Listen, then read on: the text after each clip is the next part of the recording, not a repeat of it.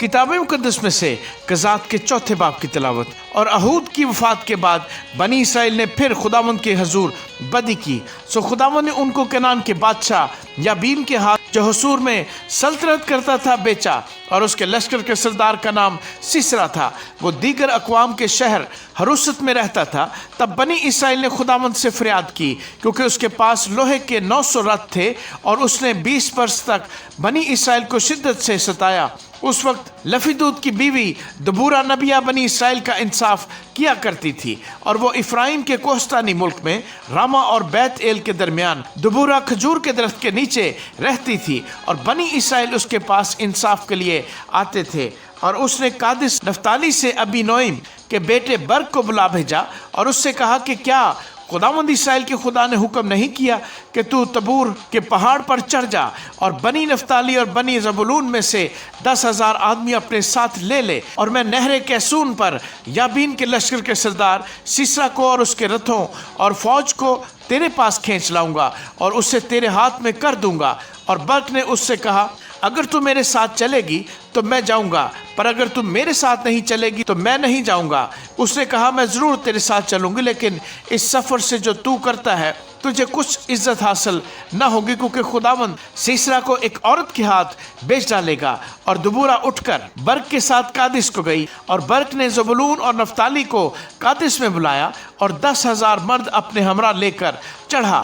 और दबूरा भी उसके साथ चढ़ी। और हिबरकिनी ने, जो मूसा के साले हबाब की नस्ल से था, कीनियों से अलग होकर कादिस के करीब ज़ाननीम में बलूत के दरख्त के पास अपना डेरा डाल लिया था। तब उन्होंने सीसरा को खबर पहुंचाई कि बर्क बिन अबीनोइम को है तबूर पर चढ़ गया है। और सीसरा ने अपने सब रथों को, यानी लोहे के 900 रथों और अपने साथ के सब लोगों को दीगर अक़वाम के शहर हरुस से कैसून की नदी पर जमा किया। तब दबूरा ने बर्क से कहा कि उठ, क्योंकि यही वो दिन है जिसमें खुदावंद ने सीसरा को तेरे हाथ में कर दिया है। क्या खुदावंद तेरे आगे नहीं गया है? तब बर्क और वो 10,000 मर्द उसके पीछे पीछे कोहे तबूर से उतरे। और खुदावंद ने सीसरा को और उसके सब रथों और सब लश्कर को तलवार की धार से बर्क के सामने शिकस्त दी। और सीसरा रथ पर से उतरकर पैदल भागा, और बर्क रथों और लश्कर को दीगर अक़वाम के हरुसत शहर तक रगेतता गया। चुनाचे सीसरा का सारा लश्कर तलवार से नाबूद हुआ और एक भी न बचा।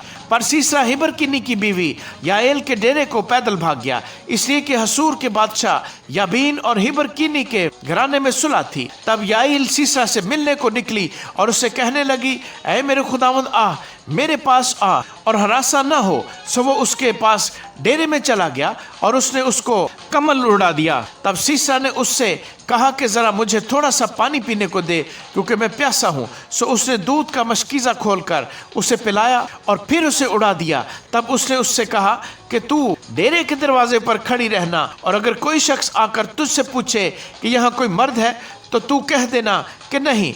तब हिबर की बीवी याएल डेरे की एक मेख और एक मेखचू को हाथ में ले दबे पांव उसके पास गई, और मेख उसकी कन पट्टियों पर रखकर ऐसी ठोंकी कि वो पार होकर जमीन में जा धंसी, क्योंकि वो गहरी नींद में था। बस वो बेहोश होकर मर गया। और जब बर्क सीसरा को रगेदता आया तो याएल उससे मिलने को निकली और उससे कहा, आजा और मैं तुझे वही शख्स जिसे तू ढूंढता है दिखा दूंगी। बस उसने उसके पास आकर देखा कि सीसरा मरा पड़ा है और मेख उसकी कन पट्टियों में है। सो खुदा ने उस दिन कनान के बादशाह याबीन को बनी इसराइल के सामने नीचा दिखाया, और बनी इसराइल का हाथ कनान के बादशाह याबीन पर ज्यादा गालिब ही होता गया, यहाँ तक कि उन्होंने शाह कनान याबीन को नेस्त कर डाला। आमीन।